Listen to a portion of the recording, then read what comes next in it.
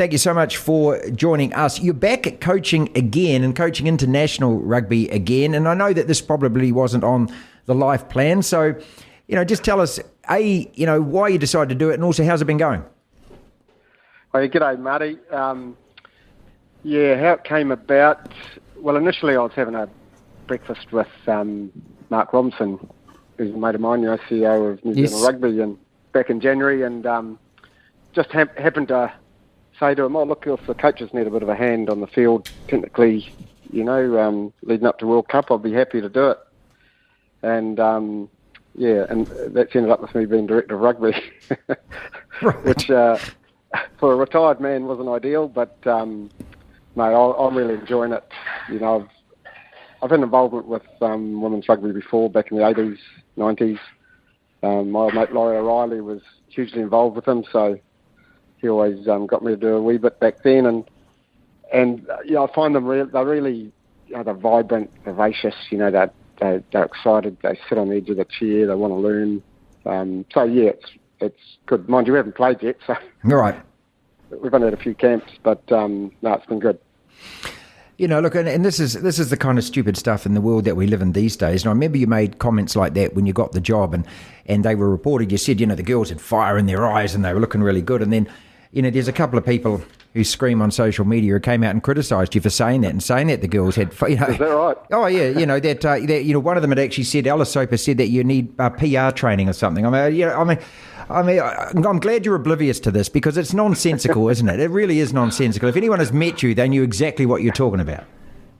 I didn't. I didn't realise that because I don't have social media. But the first thing I did when I went into the team was ask the players how they wanted me to refer to them, both in camp and outside of camp. And they said, "We're the girls. We call each other girls, so call us the girls." So that's interesting that someone said I'm not allowed to use that. But anyway. Yeah, sorry. They've asked me to call them this, but I won't because you're screaming on social media about it. Look, I think if you need some light relief, perhaps you should get an Instagram account or something. No. Let's go back to why you took the job, though. And I remember communicating with you, I can't remember, was it at the start of the year or something, and you'd said you'd watched those tests last year in November. And after we were belted, an average of 29 points or something, you got in touch with your old mate Glenn Moore at that stage. Is that right? Yeah, I had, basically through NZR, I had contacted the coaches. So Glenn I've known for quite a while. Clearly, he was a Super Rugby coach, and I had involvement with him then as an All Black coach. John Haggett's a mate of mine. Wes Clark I'd been doing some work with from my Chiefs days, actually. We first met up. He was defence coach for Black Ferns. So I knew the coaches pretty well. And my offer sort of came because of that, but also I just thought it'd be a neat thing to do to honour my old mate Laurie, who was my coaching mentor and good mate. And I thought, he probably would have wanted me to do that. Wayne Smith is with us, Black Ferns. Can I call you the coach, or do I have to be the director of rugby? Call me what you like. Hasn't stopped me before, Marty. Yeah, I remember, but that was 1982 and you won the Ranfurly Shield office, and I promised I wasn't going to bring that up. What you saw last year, and I presume you've also gone over some tape and watched some footage of the Six Nations. This England side is just ferocious. This French side is ferocious. How far behind those teams are we right now, or did you perceive we are? Well, in terms of professionalism, we're obviously a fair way behind. I think England players became fully professional early 2019, I think. So they, if you go on YouTube and have a look at some of their gym programs and how they're working, they're pretty impressive. Same with France. I think they've had professional competition as well.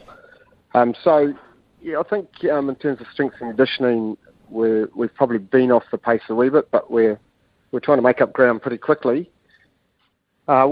With our game, I don't think we can just play a standard sort of game and think that we're going to beat those teams. So we've got to speed it up, and we've got to do something special, but also within our DNA. New Zealand Rugby's been about playing fast, using our skills, not being scared to have a crack, and that's what we're going to have to do. Well, I mean, you can draw parallels straight away with the men's game, can't you? I mean, I go back to 77, that test against those big beasts of France, and Stu coming back on the England just before you, of course, came into, the All Blacks and so forth. But I mean, and even in 1995, we played a different game under yourself when you joined Ted, and that we started to play. We just have to, don't we? We play smarter, is the way that I look at it.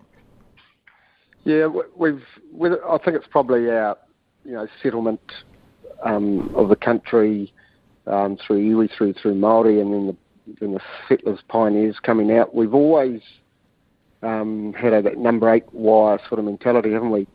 Had to sort of isolated, so had to find different ways to do things. And certainly New Zealand rugby's been the same. From 1905 when Gallagher on the boat over to with the originals, the boat over to Europe, discovered that there's a loophole in the law, and you could play a wing forward who could play in the backs or the forwards, and you could choose when that happened.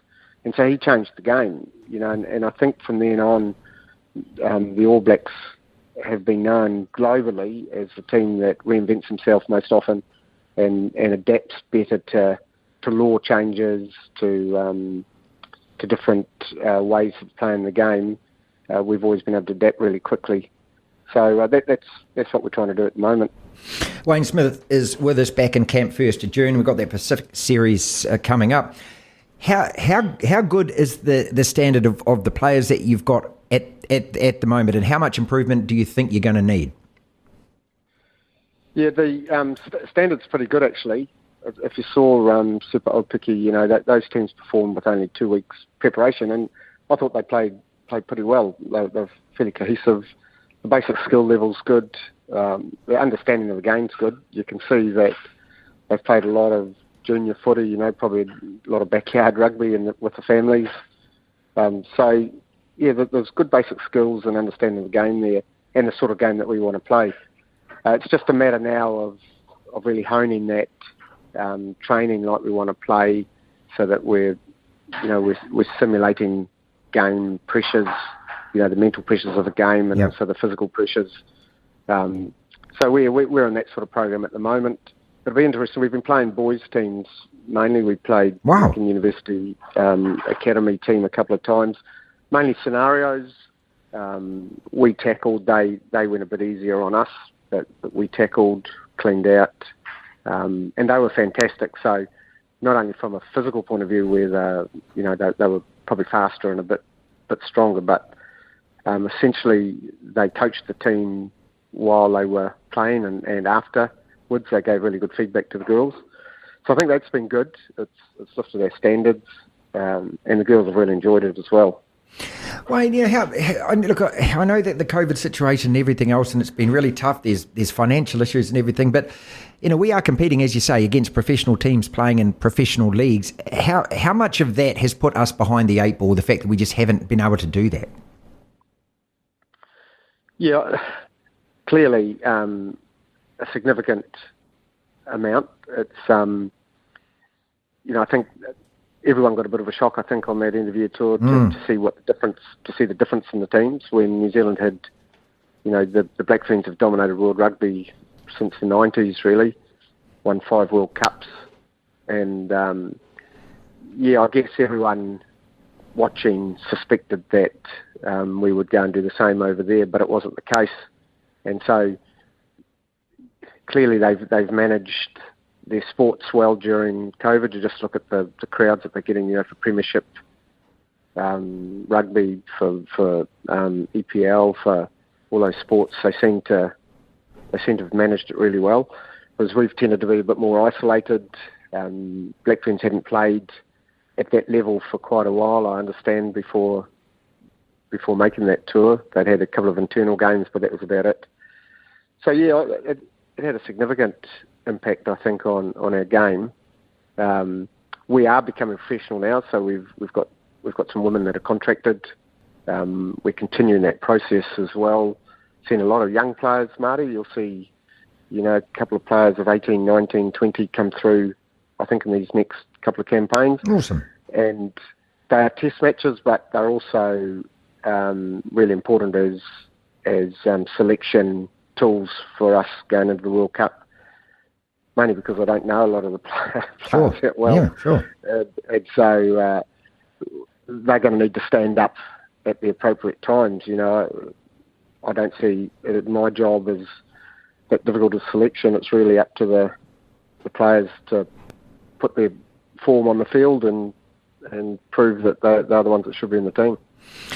Wayne Smith with us. Now, look, I don't, there's so many different rules in play now about how you say things and everything, and I don't know how delicate I can put this, but, the French and the English teams looked fitter than us, and when you first came on board, you made comments about, look, we need our strength and conditioning, which I kind of assumed to be the same thing, that I don't know how to say it in a nice way. You looked fitter than that person. Did you feel that?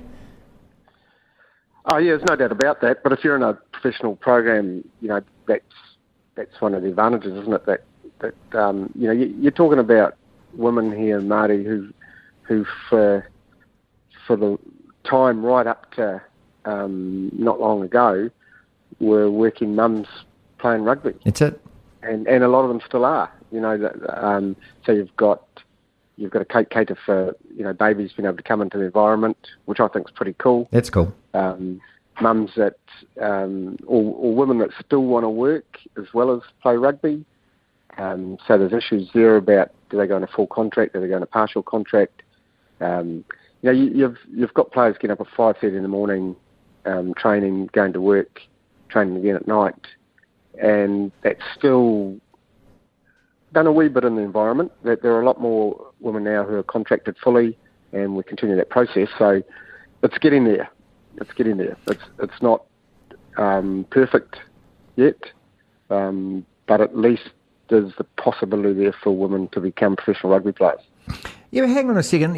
When you started, you had a career, you had jobs and that kind of thing. You went to training after work. I mean, that was the game, wasn't it? It wasn't all of a sudden like you just woke up, started playing rugby and got paid. Because I don't think you did get paid, did you? No, but the difference is that it was an even playing field. So the game was amateur. There you go. Globally, and so you had everyone. Well, I don't know the Yappies. I mean, with some of them. I mean, I don't know whether it was. Yeah. It was like I was amateur. Yeah. Whereas what I'm talking about at the moment is there's been a 3-year difference probably in terms of professional actually being paid between some of the unions. So yeah, it's created I think a bit of a gap, but that's our job now, is to make that gap up. And I, as I say, I've been really impressed. I think the players have they're putting a lot in. Most of them are in hubs that have been set up for women's rugby now. The others are in training with NPC teams, and the NPC teams have been awesome, mate, with the girls. So if you look at George Conner at Northland, so we've got a couple of players up there that go along and train with the men, NPC, Manawatu, Wellington, Waikato, like Auckland, they're doing great jobs. Canterbury, Otago down there doing a great job with the ladies down there. So there's a big push to get them training amongst the men as well as doing their own programs, and that's got to be positive for us. Yeah, Wayne Smith with us, Director of Rugby, coach for the Black Ferns. With the review, and you can answer these questions or not. I mean, it's entirely up to you, but I have to ask them, and I want to ask them. I'm happy to. With the review, did the issues make the job less appealing to you? And did that review at any stage you thought, I don't really want to do this because of all of this?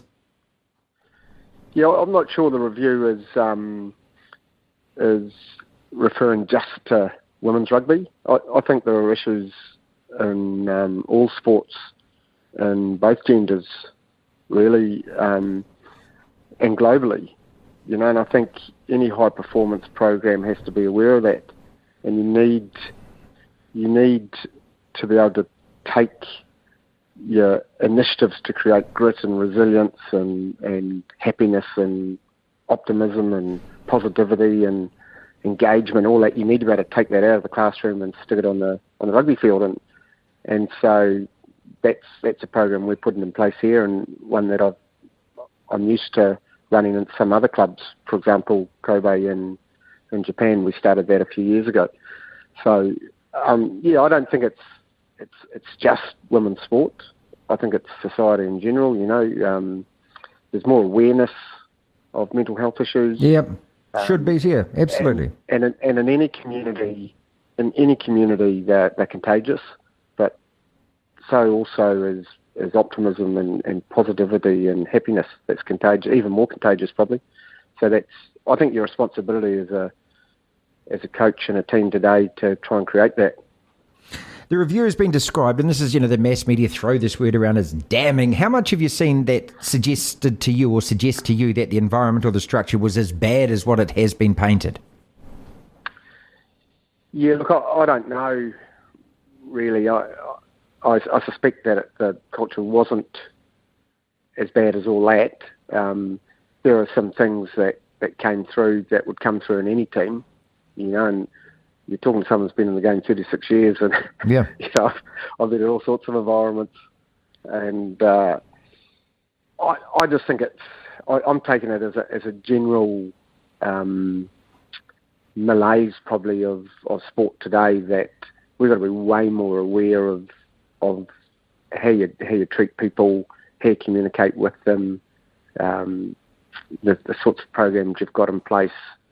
We started red to blue stuff years ago with the All Blacks, and making sure that some of those strategies are able to be taken into your general life as well as out on the field, where you've got to manage the pressure and you've got to manage the feedback. You've got to have the humility to accept that you might not be in the starting team this week, and to us that means you help the other player who did get selected to be at her best. Those are the sorts of things that you've got to bring into a team, and from what I've seen from the women and that we've had at camps, they're exceptional at that stuff. They just, like everyone, they need leadership in that area. I mean, I guess where I'm going, is this all Glenn's fault? Because I'm not convinced that it was. I'm not. Sorry, could you say that loud? No, I don't think so. No, you can't just blame one person. I see it more a societal thing. If you look at, it's just what we're used to, isn't it? But everyone's got to have the opportunity to actually be able to relearn, don't they? I mean, I do it. I've just started a job again. I mean, this is and a part of the thing last year is I'd actually sat there. I'll tell you something, Boy, but I'd kind of sat there and I thought the only way I could work Smithy was to be really stressed while I was working. I thought there's the only way to get the best out of me, and over the last year, with a lot of help from a lot of outside people, and that realised that, hey, I can have as much fun, work and be as productive and don't have to be so wound up all the time. But that's just something that I really physically needed to be pointed out to me. That's not I don't consider it now to be a fault of mine. I was told last year it was, but now I actually think, hey, it's just a learning thing. Yeah, no, I agree. And I was much the same for a lot of my career. And, when you're coaching the All Blacks, I felt I needed to be on edge. I need to get the boys on edge, create discomfort, so that we could be at our best. You need a bit of that at times, but you don't need to be consumed by it. That's for sure. So I think it's the report was due. Every other sport seems to be doing the same, finding similar recommendations. In this case, I don't see it was anyone's fault. There were situations that probably weren't handled as well as they could have been, but gee, we've all been in those in the past. Yes. And I've been, I was guilty of a lot of those same situations years ago. So, and still learning. You never stop learning in this game or in life, do you? So, I think what happened was unfortunate, but it was the witch hunt that got me. Happened. That's, and look, I don't know Glenn at all, mate. I mean, I don't know him. I may have spoken to him a couple of times, but I just hate the fact that, it gets jumped on. It just gets exaggerated. A man's career and reputation gets, dragged through the mud. The flow-on effect for the family. No one, and in the end, it's kind of like, is that fair? I'm not sure it is. Yeah, I think you're right. But you've also got to look at the side of the players as well. And I think there's a bit either way where we've all got to adapt and understand modern society and the way we need to be. And so I don't think it's that difficult, but it is a transition phase that a lot of sports seem to be going through, and we're part of that. Thank you so much for spending so much time as always, mate. I'm really looking forward to this, the imprint and that you can bring to this team. And, I suppose the final question is, can we win a World Cup here in New Zealand? Well, who knows? Look, as I say, we haven't even played a game yet. You're right. Barty, so, and we're picking, the team that we're picking today might be way different to the team that gets selected World Cup. We've got sevens players going to be available. We've got injured players coming back. We've got some experienced players who have been there before who are sitting this one out, and they'll get a crack later on. So, who knows? But, if we're pretty clear about who we are and where we come from and what we're trying to achieve, and we go out on the field with that attitude, you never know, mate.